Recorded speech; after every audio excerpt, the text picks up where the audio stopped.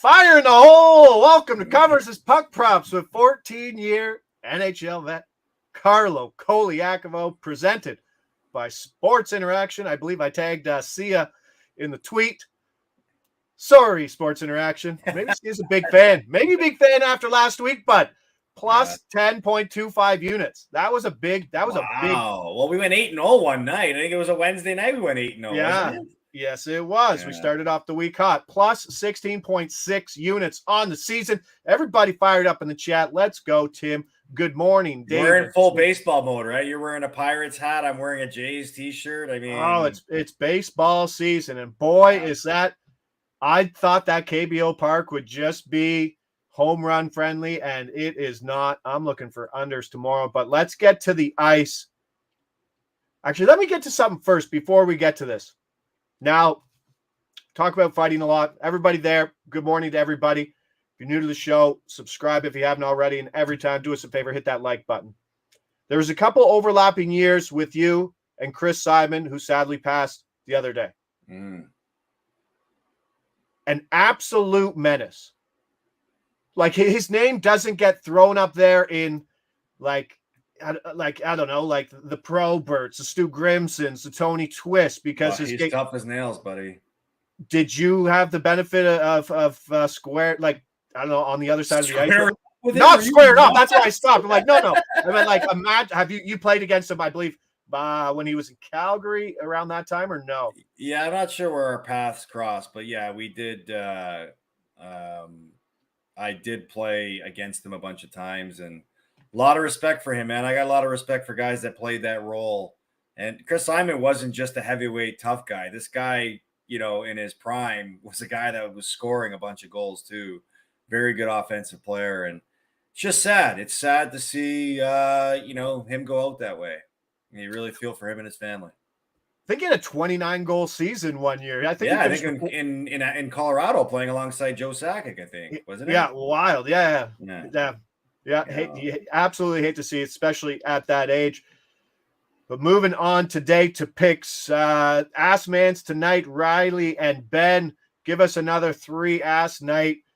What was that? That was last Friday. That was the Morrissey. Now, let's preface that play by saying that Carlo was also on the under on that last goal that came in at 2 seconds left to get that third assist.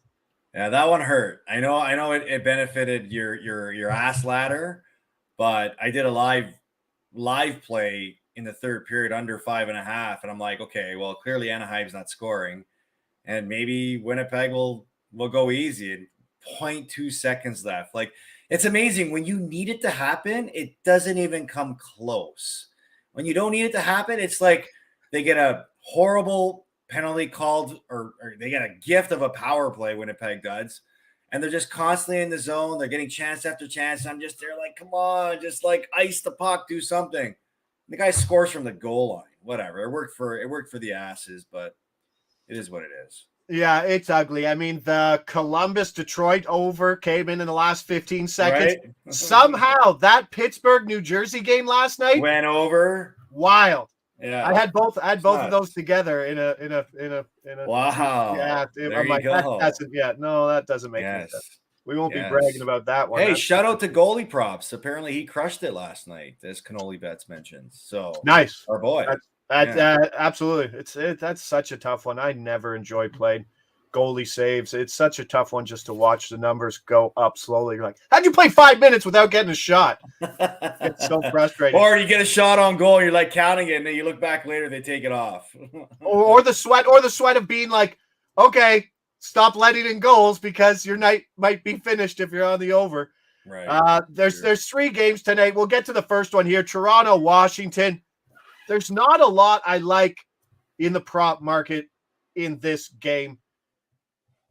But compared to the board and with the possibility of Darcy Kemper in net, Lindgren's been a stud, but they do come back from the West. If Kemper starts, then there's going to be a lot more over money coming in. But Sports Interaction hanging a 6 right now. Minus 120. Playing this at the 6. Probably not at the 6.5. Like I said, Washington returns home from the West Coast trip, ended Monday, so not a lot of time off. could be sluggish start. Joseph Wall, since coming back, 881 save percentage over 3 games, so he hasn't been great. There's obviously the issues with the Toronto penalty kill. Marner's out. Lyubushkin still dealing with that illness. There's a situation there. And, I mean, Ovi and that power play are starting to heat up again in Washington. You had Dylan Strome on the show today. Okay, talking about how this team's recent winning ways and what they're doing and how, like, ever since that Ovi comment, and like, no, we got Lapierre and McMichael. They've kind of bought in, but like, is this a dangerous Washington team to play right now outside of that the schedule spot? And what have you seen from Toronto without Marner? They're 2-2 and they're 3-1 to the over. Yeah, well, I'll start with the first question. Is this a dangerous Washington team? They are one of the most confusing teams in the National Hockey League. Yeah, because like I don't see the flash in their team, but what they do get is results. Like this is a team with a minus goal differential that's in a playoff spot, like or just outside of a playoff spot because Detroit won yesterday. How do you have a minus goal differential and you're in a playoff spot? And it's a significant minus goal differential. I think it's like minus 20, 25, minus 27.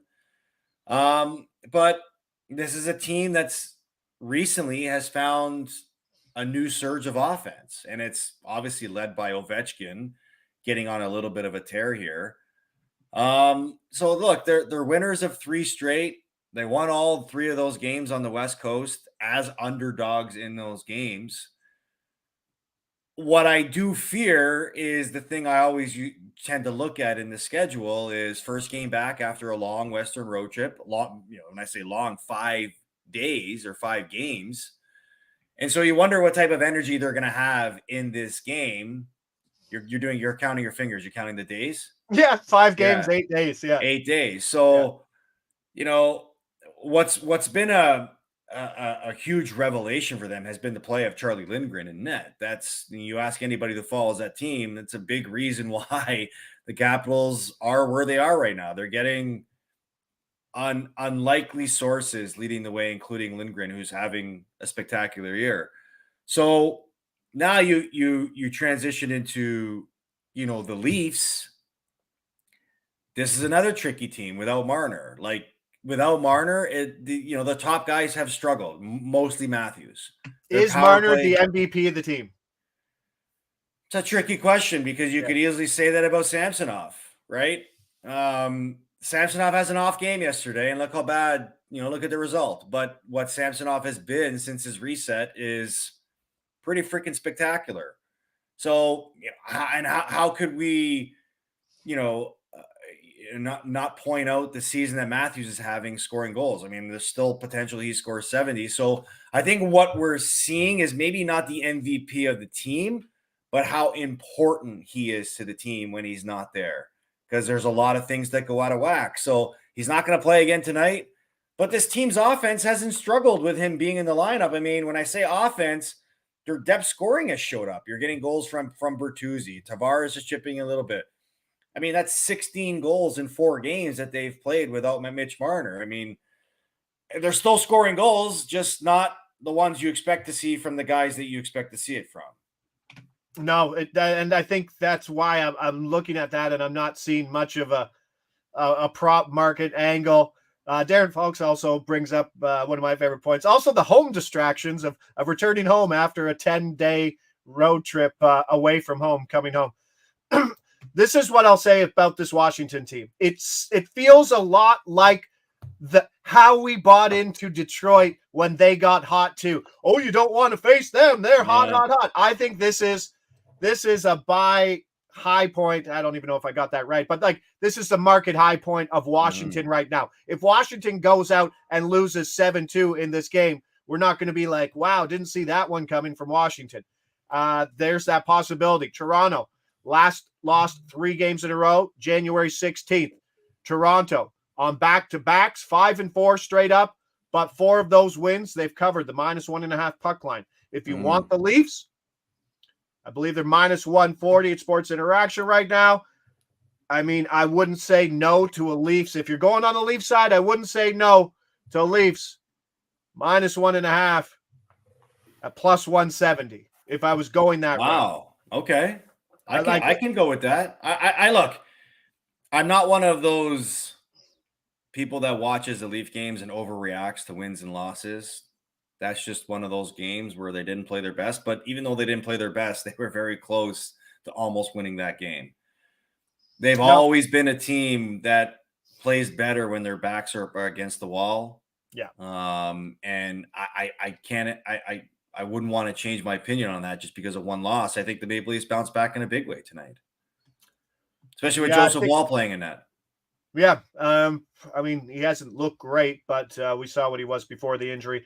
There's certainly some high side coming from that goaltending. I think I might want to get on that -1.5 right now. Just the over 6 -120. I like Nick Getchell's comment. The Capitals are the new cockroaches. Like last year it was the Kraken. Just can't keep them down. Seems like that's everybody vying for those 2 spots in the East, though. You're just like, oh, here comes Pittsburgh. Well, but hasn't that been the story of hockey this year, where it's like, aside from like the top teams, like even Vancouver for a large part of this season, we were like, yeah, it's been a great season, but can they keep it up? It's like every team has gone through those stretches where they go through it, like Edmonton when they won 17 in a row. And it's like, okay, yeah, they're going to win the division. They're going to win first place. And they've kind of been like mediocre since that. Yeah. And Kings, 11 straight on the road. Yeah, like there's so many teams that have had their own stories. Like Florida at one point won 9 in a row and they just wouldn't lose. Well, now Boston is saying, hey, don't forget about us. We want to win the division and the President's Trophy too. So it's kind of been a weird year where every time you start to buy into a team, they go into like the Islanders. I was sitting here a week ago saying the Islanders are a sneaky bet to win the Stanley Cup. And look, I still think they'll get in, but like ever since I said that, they've been garbage. And then this week we'll be talking about the Sabres and it's just a weird year, man. No, I think the market's getting a little high on Washington, as you mentioned. That road trip, 3 straight wins as a plus money dog. Those were big plus money wins. So the market's slightly correcting, and I think if I'm leaning on the Leafs, 1.5 plus 170, but on the over 6. Arizona, Dallas. This is my new betting angle. Defenseman assists versus bad teams. It just seems like we did it with Morrissey. I hit 2 assists. I had the 3 assist ladder with Roman Josi last night. They scored 8 goals. They scored like 5 goals in 2 minutes in the third period. Couldn't get my third Josi assist to complete the ladder, but still got 2 assists. He finished with 3 points. Now we got Miro Heiskanen for an assist at plus 110. We're going 2+ at plus 550. Only doing that. You can get crazy if you want with the other one, but I'm only going that side. Assists in 7 of his last 13, including 11 total. Has the potential for multi-assist games. Has 4 of those over in those last 13 games. Despite, playing better in March. I mean, anything's better than what Arizona did in February without basically winning a game. Their metrics still suck. 29th expected goals against, 5-on-5. Their PK sucks, 29th. This is what I want to get to. We touched on it when Dylan Larkin missed that game in Colorado. Colorado just ran over him. We're missing depth in Arizona. Barrett Hayton is out. He's missed 3 games. And now Nick Bukestad, he finished the last game, but he seems to be day-to-day. He's very questionable. What does that do defensively when you got to keep changing centers? I mean, Logan Cooley's a stud. But like if he jumps up to your line 1 center, the ramifications of juggling everything below there obviously have big effect, especially on your defensive play, no?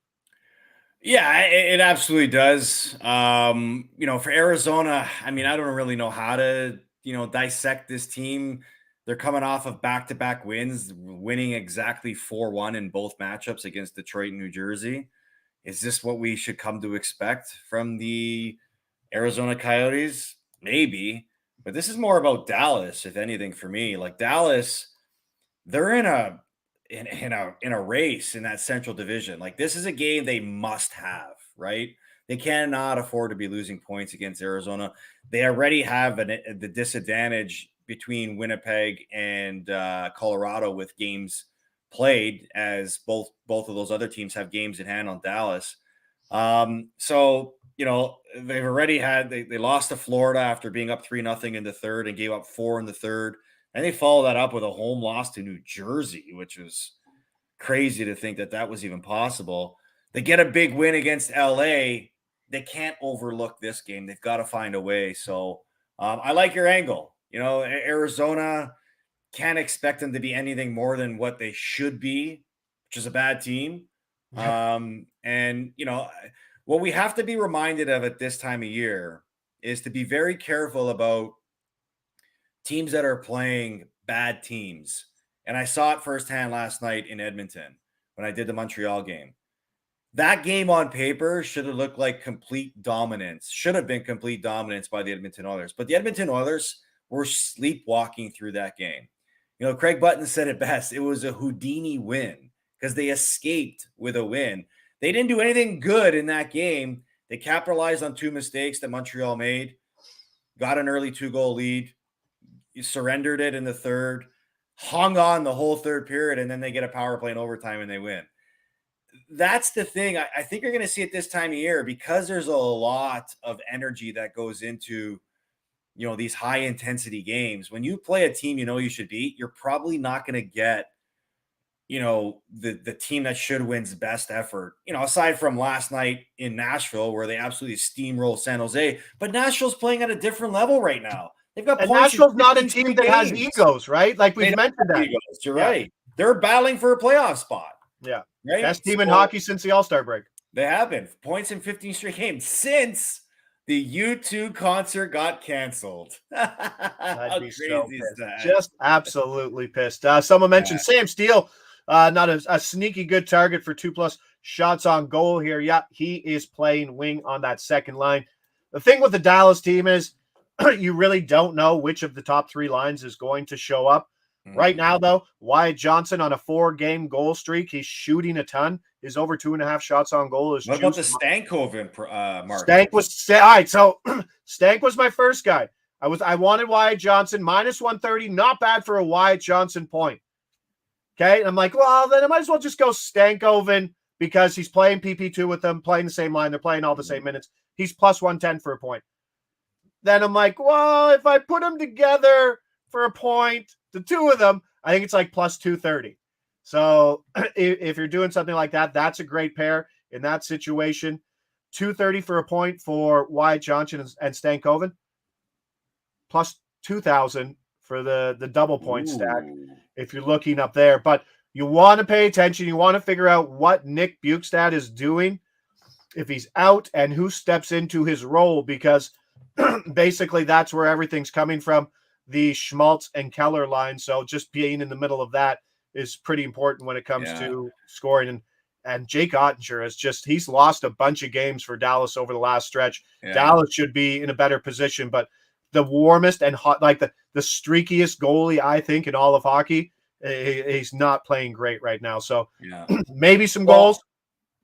Think about what the winner of this division, and this is why this 3-team race is so contested in the Central. The winner of that division is probably going to play Nashville instead of Vegas, and they're probably going to play one of those 2 teams versus either a Winnipeg or a Colorado or a Dallas in a first-round matchup. So that's how crucial the positioning is in that Central division, is that if you finish first, you eliminate the first-round matchup between any one of those 3 teams, and you probably welcome a Nashville, which is what most teams will probably take. All right, let's go Miro Heiskanen for an assist +110 and take that up to 2 at +550 for a little sniff. And a little sniff there is the stank sniff with Wyatt Johnson, who's looking to score in 5 straight games, pairing those guys at +230. Ooh, Cannoli Betts throws out a little spicy meatball. Yeah. Sprinkle LA, on an Minnesota Ottinger's under 6.5. He says no goal within 5 minutes. What do you think? Well, the one that he just shared too, an Ottinger shutout. Yeah, sure. I would rather hit all the players under 0.5 points It's a good one. And you're probably getting somewhere close to that, and then you still have the edge of like, oh, fourth line goal, and you still get it. Yeah. There's a couple more outs in that situation. But and then we get this third game. This third game, I think, is ugly too. Like, I'm not excited about this. The most excited one in this slate is the Heiskanen matchup versus a bad team, and the Wyatt Johnson and Stankoven pairing versus Arizona. The Washington-Toronto game, I think you want to go some plus money plays because I don't want to lay juice on a game I really don't have a great feel for. And this one here, Minnesota, LA, under 6, flat, -120. I know it's not exciting.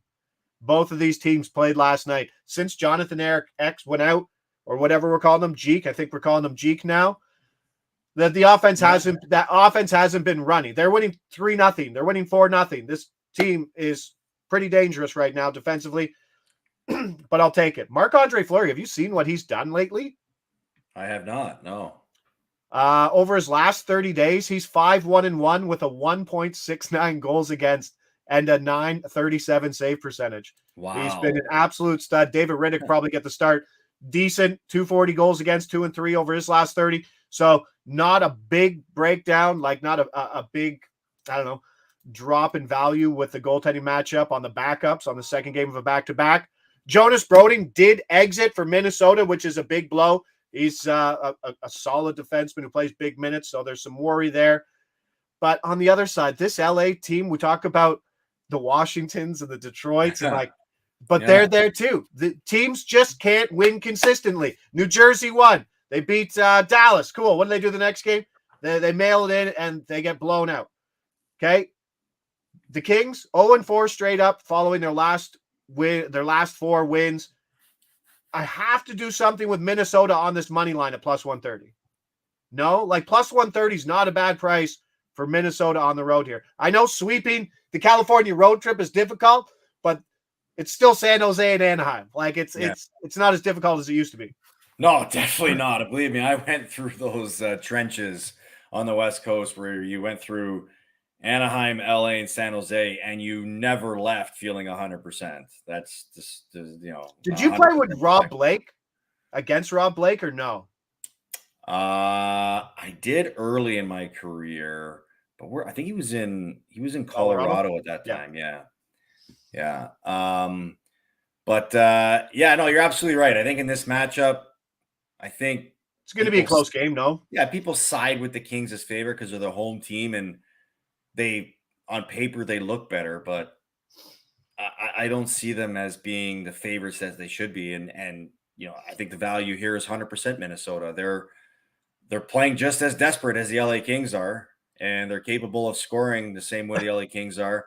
I would probably trust Minnesota's goalie right now versus the Kings goalie, depending on if it's Talbot or Riddick. Riddick has been Talbot was in last night, so Riddick's probably there too. Yeah, I mean, he's been a revelation for them, the way he somewhat saved their season since Copley went out. So I like where you're going here, especially on the under too. I like how you're like strong because like it's an ugly game. Like it's very ugly game.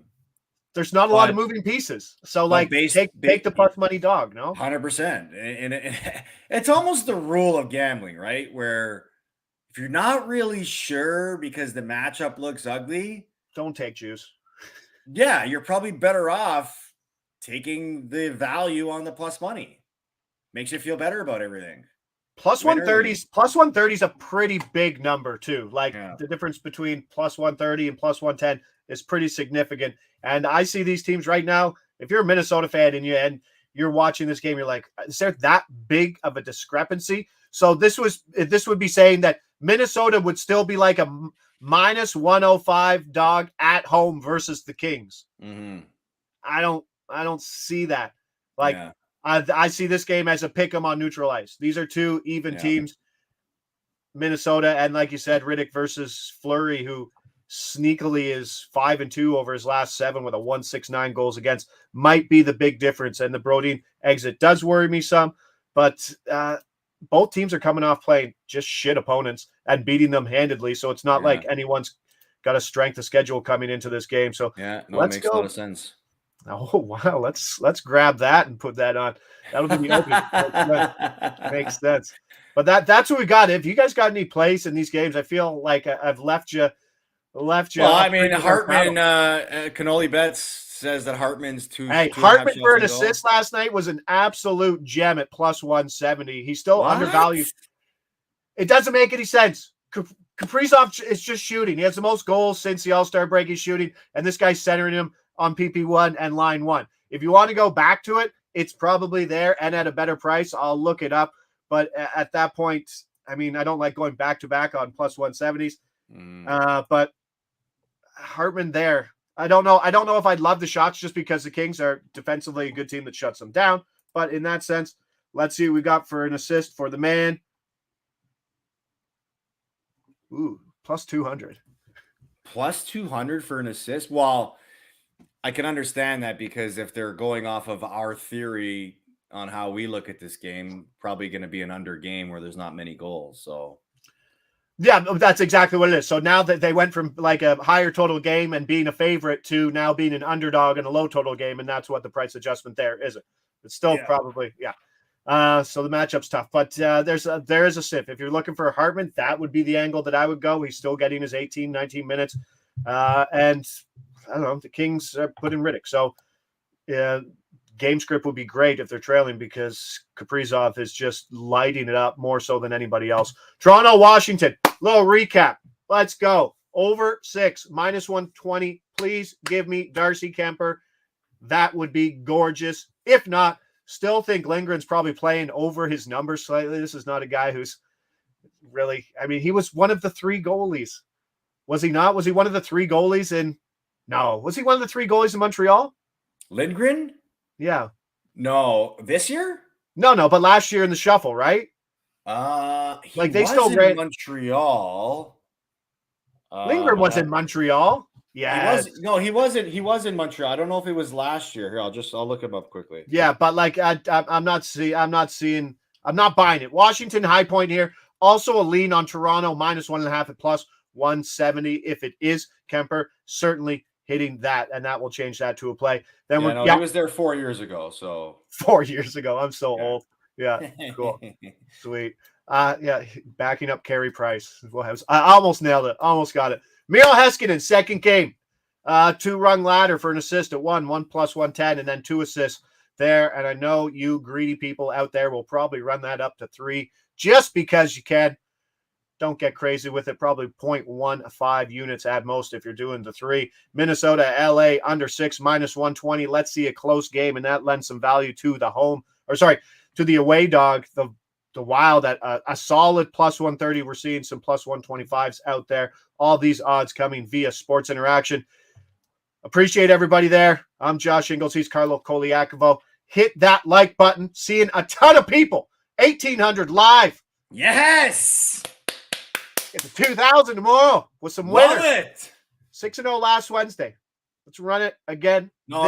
Wednesday. 8-0 last Wednesday. Was it 8-0? It was 8-0. We bet. We put a lot of bets in the tickets. That's for sure. All right, let's do it to that. Appreciate everybody there in the chat.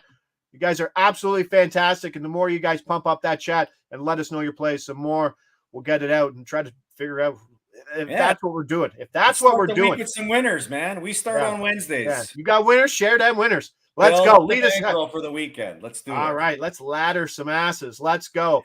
Lead us out, pal. Yeah.